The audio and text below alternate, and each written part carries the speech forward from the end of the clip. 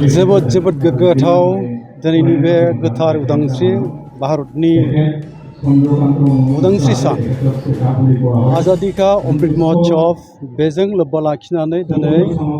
भारत हादरनि 76थि उदांस्रि सानखौ बर' कछारी अनसाय गावारि खुंथाइ सानजा नोगोर सिमोनसापुरियाव जोङो फालिदों बर' कछारी अनसाय गावारि खुंथाइनि जानानै दा बावहाय जोङो माखासे हाबाफारि लानानै फुंनिफ्राय जोङो हाबाफारिखौ मावगासिनो दङ गुबैयै फिरफिला बिरहोजेननायनि उननिफ्राय बिबुंथि लाखिनायनि उननिफ्राय आलासिफोर बरायनायनि जि मोनसे हाबाफारिबो जागासिनो दङ आरो जोङो दिनैनि बे भारत उदांस्रि सान फालिनायजों लोगोसे बर' हारिनि बिटिसिनि बायजोआव थानाय बर' कछारी अनसाय गावारि खुंथाइनि सिङाव थानाय गं जोंनि 22 जिल्लानि सिङाव थानाय माखासे रोंखा राखा समाजनि सिबियारि बर' हारिनो बिहोमा होनाय माखासे गेदेमा सुबुंफोरखौ जोङो मान बावनो नाजादों मान बावनाय जागासिनो दङ बे हाबाफारिखौ लादों आरो जोङो बर' कछारी अनसाय गावारि खुंथाइया थांनाय 2021 आरो 22 मायथाइनि रां बावजानायनि गेजेरजों जे रांखौ जों सरकारनिफ्राय मोन्दों बे रांनि गेजेरजों माखासे खामानि मावनाय बेफोरनि सायाव जों फोरमायदों आरो जोङो माखासे गोबां खामानिखौ जों मावफुंनो हाबाय आरो माखासे खामानिया जोबनायनि लामायाव फैबाय आरो जोङो सोलोंथाइनि बिथिंखौ नोजोर होनानै आबादनि बिथिंखौ नोजोर होनानै जोंनि दानाय लुनायखौ नोजोर होनानै जोंनि हारिमुनि बिथिंखौ नोजोर होनानै जोङो हाबाफारिफोर लानो हमदों गेलेनायनि बिथिंफोरखौ नोजोर होदों जोंनि सास्टेनेबल लाइभलिहुडखौ नोजोर होनानै अमा फिसिनायनि थाखाय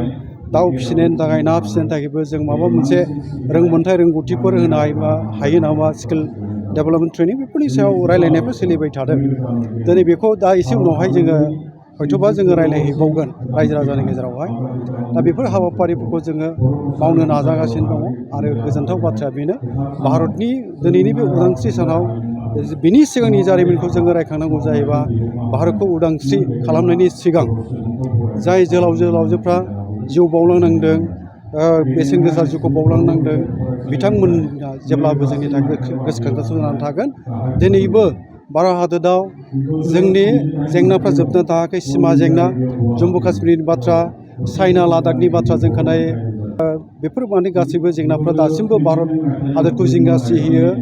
बेनि थाखायनो सम सम जुजिनायनि गेजेरावहाय गोबां मुंख्लं जालांनाय बे सैथो बाथ्रा दा ओंखायनो बिथांमोनहा दिनै जोंनि रैखाथिनि थाखाय हारिनि हादोरनि रैखाथिनि थाखाय गावखौ बावसोमनानै हाबा मावगासिनो दं बिथांमोना जेब्लाबो जोंनि थाखाय फुजिनां गोसोखांजाथाव दा बाथ्राया बेल' जोङो जोंनि बे बर' कछारी अनसाय गावारि खुंथाइनि गेजेरजों जों दिनैहाय भारतनि प्राइम मिनिस्टार नरेन्द्र मदि बिथांखौ जों साबायखर होनो लुबैयो आसामनि मानगोनां गिबि मन्थ्रि डक्टर हिमन्त बिश्व शर्माखौ जों साबायखर होनानै बिथांमोननि मेंनो रोङै मावनाय माखासे गोदान माने बिजन लानानै इयुन भिजनखौ लानानै खामानि मावनाया जोबोद बाख्नायथाव गनायथाव आरो जोंनि थाखाय भारत माहारिनि सुबुंफोरखौ थारैनो इयुन दिगाव मोजां मोनसे राहा लामा फैगोन जों मिजिंथिनो हायो एसे उनाव बुंगोन आङो नैबे समाव दा बुंनो लुबैया जायखिया जों मोनसे